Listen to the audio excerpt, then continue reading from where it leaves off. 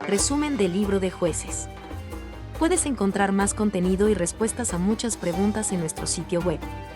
El libro de Jueces no especifica el nombre de su autor. La tradición es que el profeta Samuel fue el autor de Jueces. La evidencia interna indica que el autor de Jueces vivió poco después del periodo de los jueces. Samuel se ajusta a estas características. El libro de Jueces probablemente fue escrito entre el 1045 y el 1000 a.C. El libro de Jueces puede dividirse en dos secciones. Capítulos 1 al 16, donde se relatan las guerras de liberación comenzando con la derrota de los cananeos a manos de los israelitas, terminando con la derrota de los filisteos y la muerte de Sansón. Capítulos 17 al 21 conocidos como un apéndice y sin relación con los capítulos previos. Estos capítulos son indicados como un tiempo cuando no había rey en Israel. Originalmente el libro de Ruth formaba parte del libro de Jueces, pero en el 450 después de Cristo fue separado para convertirse en un libro independiente. Entonces el Señor levantó jueces que los libraron de la mano de los que los saqueaban. Sin embargo, no escucharon a sus jueces, porque se prostituyeron siguiendo a otros dioses, y se postraron ante ellos. Se apartaron pronto del camino en que sus padres habían andado en obediencia a los mandamientos del Señor. No hicieron como sus padres. Cuando el Señor les levantaba jueces, el Señor estaba con el juez y los libraba de mano de sus enemigos todos los días del juez. Porque el Señor se compadecía por sus gemidos a causa de los que los oprimían y afligían. Pero cuando moría el juez, ellos volvían atrás y se corrompían aún más que sus padres, siguiendo a otros dioses, sirviéndoles e inclinándose ante ellos. No dejaban sus costumbres ni su camino obstinado. Los israelitas respondieron al Señor: hemos pecado, haz con nosotros como bien te parezca. Solo te rogamos que nos libres en este día. En esos días no había rey en Israel, cada uno hacía lo que le parecía bien ante sus propios ojos. El libro de Jueces es una trágica narración de cómo Dios fue subestimado por sus hijos año tras año, siglo tras siglo. Jueces es un triste contraste con el libro de Josué, que narra las bendiciones que Dios otorgó a los israelitas por su obediencia a Dios al conquistar la tierra. En Jueces, ellos fueron desobedientes e idólatras, lo que los condujo a sus muchas derrotas.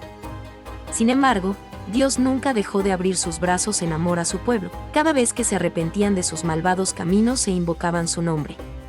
A través de 15 jueces de Israel, Dios honró su promesa a Abraham de proteger y bendecir a sus descendientes. Después de la muerte de Josué y sus contemporáneos, los israelitas se volvieron a servir a Baal y a Astarot. Dios permitía que los israelitas sufrieran las consecuencias de su adoración a dioses falsos. Era entonces cuando el pueblo de Dios imploraba a Yahvé por su ayuda. Dios envió jueces a sus hijos, para que los guiaran en una vida recta.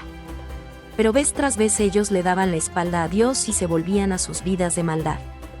Sin embargo, guardando su parte del pacto con Abraham, Dios salvó a su pueblo de sus opresores a lo largo de los 480 años del libro de Jueces. Probablemente el más notable fue el 12º juez, Sansón, quien llegó a dirigir a los israelitas después de 40 años de cautividad bajo el gobierno de los despiadados filisteos. Sansón condujo al pueblo de Dios a la victoria sobre los filisteos, donde él perdió su propia vida después de 20 años de ser juez sobre Israel. El anuncio a la madre de Sansón de que ella daría a luz a un hijo que guiaría a Israel es una figura de la anunciación a María sobre el nacimiento del Mesías. Dios envió a su ángel a ambas mujeres y les dijo que ellas concebirían y darían a luz a un hijo quien guiaría al pueblo de Dios. La compasiva liberación de Dios a su pueblo, a pesar de su pecado y de haberlo rechazado, presenta una ilustración de Cristo en la cruz. Jesús murió para liberar a su pueblo de sus pecados. Aunque la mayor parte de los que lo siguieron durante su ministerio, eventualmente se alejarían y lo rechazarían, Él aún permaneció fiel a su promesa y fue a la cruz a morir por nosotros. La desobediencia siempre atrae el juicio. Los israelitas presentan un ejemplo perfecto de lo que no debemos hacer. En lugar de aprender de la experiencia de que Dios siempre castigará la rebelión contra él, ellos continuaron desobedeciendo y sufriendo el desagrado y la disciplina de Dios. Si continuamos en desobediencia, atraeremos la disciplina de Dios, no porque Él disfrute nuestro sufrimiento. Porque el Señor al que ama, disciplina y azota a todo el que recibe por hijo. El libro de Jueces es un testamento de la fidelidad de Dios. Si somos infieles, Él permanece fiel, pues no puede negarse Él mismo. Aunque fuéramos infieles a Él, como lo fueron los israelitas, aún Él es fiel para salvarnos y preservarnos, y perdonarnos cuando buscamos ser perdonados. Él también nos confirmará hasta el fin, para que sean irreprensibles en el día de nuestro Señor Jesucristo. Fiel es Dios, por medio de quien fueron llamados a la comunión con su Hijo Jesucristo, nuestro Señor.